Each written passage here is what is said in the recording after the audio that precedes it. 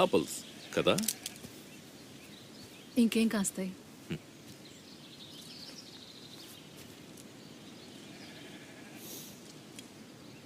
వాసన తీయగా ఉందా? రియల్గా ఉందని చెప్పబోయా. ఓ, ఇదంతా రియలే. థ్యాంక్స్. నేను మాయలు చేయడం మానేశాను. నాకు తెలుస్తుంది. మల్టీవర్స్ గురించి నీకేం తెలుసు? మల్టీవర్సా? విజన్ దాని గురించి చెప్పేవాడు. అది నిజమని తన నమ్మకం. అలాగే ప్రమాదకరం కూడా. అవును, అతని నమ్మకం కరెక్టే. మల్టీవర్స్ గుండా ప్రయాణించగలిగే ఒక అమ్మాయిని మేము కలిసాం. ఆమె వెంట పడుతున్నారు. వెంటపడేదెవరు? అదో దయ్యంలా ఉంది. తన శక్తిని చేజెక్కించుకోవాలని చూస్తోంది. మేము తన్ని కామర్తాజ్కి తీసుకెళ్ళాం. మా వాళ్ళు తను కాపాడగలరు, కానీ ఒకే అవెంజర్ ఉంటే బాగుంటుంది. ఇంకా చాలా మంది అవెంజర్స్ ఉన్నారుగా. మళ్ళీ నీ పేరు మారుమోగిపోతుంది. నువ్వు అమెరికాని ఇక్కడికే తీసుకురావచ్చుగా. ఇక్కడికా? యా, మన శక్తుల కోసం. శత్రువులు పోరాడుతుంటే ఒంటరిగా ఎదుర్కోవడం నాకు అలవాటేగా. నేను తన్ని కాపాడగలను.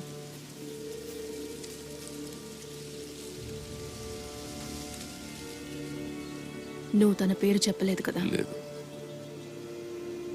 లేదు, చెప్పలేదు.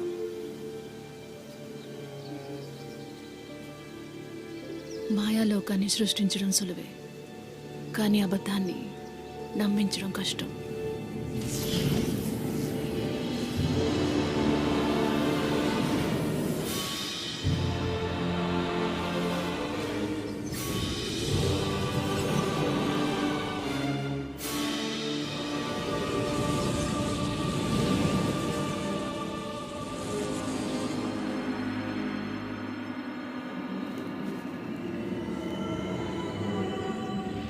ఇది డార్క్ హోల్డ్. నీకు డార్క్ హోల్డ్ గురించి తెలుసా?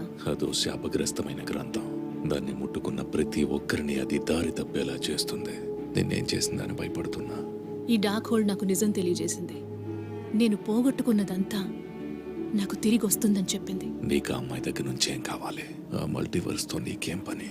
నేను ఈ విశ్వాన్ని పూర్తిగా వదిలేసి నా పిల్లలతో సంతోషంగా ఉండే విశ్వానికి వెళ్తాను. వాణ్ణ నీ పిల్లలు నిజం అనుకుంటున్నావా? నీ మాయతో వాళ్ళను నువ్వు సృష్టించావు. ప్రతి తల్లి అదే చేస్తుంది. వేరొక విశ్వంలో నువ్వు సంతోషంగా ఉన్నట్టు ఒకవేళ నీకు తెలిస్తే నువ్వు అక్కడికి వెళ్ళాలని కోరుకోవా? ఇక్కడ సంతోషంగా ఉన్నా మనల్ని మనం మోసం చేసుకోవడం అంటే ఏంటో నాకు బాగా తెలుసు.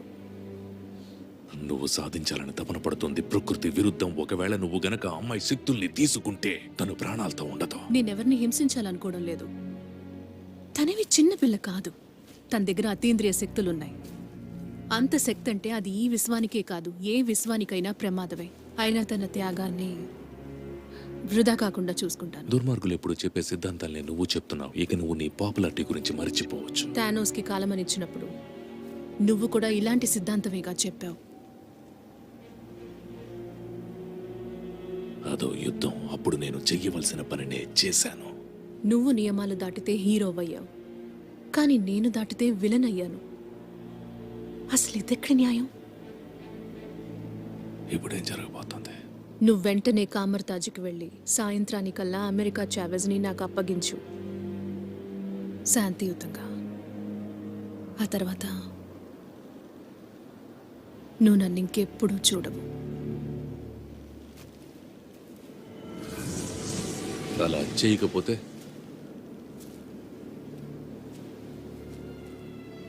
అప్పుడు తన కోసం వచ్చేది వాండా కాదు, నువ్వు ఆపలేని స్కార్లెట్ విచ్.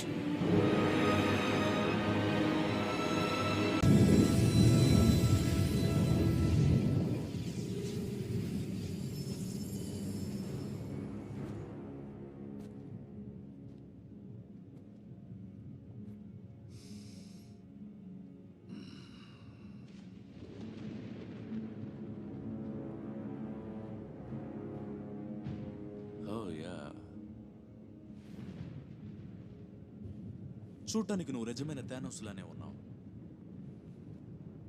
ఎబుని చనిపోయి ఉంటాడు అనుకుంటున్నా. నిజానికి యుద్ధంలో నేనెంతో కోల్పోయాను.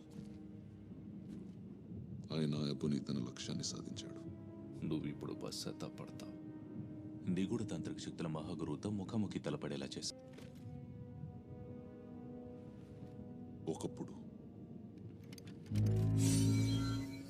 ఈ గ్రహం ఒక స్వర్గం. టైటన్ కూడా ఇతర గ్రహాల్లానే ఉండేది. సరిపడా తిండి దొరక్క జనం ఆకలితో అలమటించేవాళ్ళు. అంతం మమ్మల్ని సమీపిస్తున్నప్పుడు నేను ఓ పరిష్కారాన్ని సూచించాను. ఊచకోత. అవును, పేద గొప్ప తేడా లేకుండా దొరికిన వాళ్ళని చంపేయడం. నన్నందరూ పిచ్చోడనుకున్నారు, కానీ నేను అనుకున్నదే సాధించాను. ఎంతో గొప్ప పని. నువ్వు ప్రవక్తవా? నేను సామాన్యుణ్ణి. కోట్లాది మందిని అంతం చేయమని చెప్పింది ఎవరు? 6 మణులు నా స్వాధీనంలోకి వచ్చాక నేను ఒక చిటికేస్తే చాలు, అందరూ ఉనికిలో లేకుండా పోతారు. వాళ్ళ జీవితం నా భిక్ష. ఆ తర్వాత? చివరిగా నేను ప్రశాంతంగా నూతన విశ్వంలో సూర్యోదయాన్ని చూస్తాను. కఠినమైన నిర్ణయాలకి బలమైన సంకల్పం కావాలి.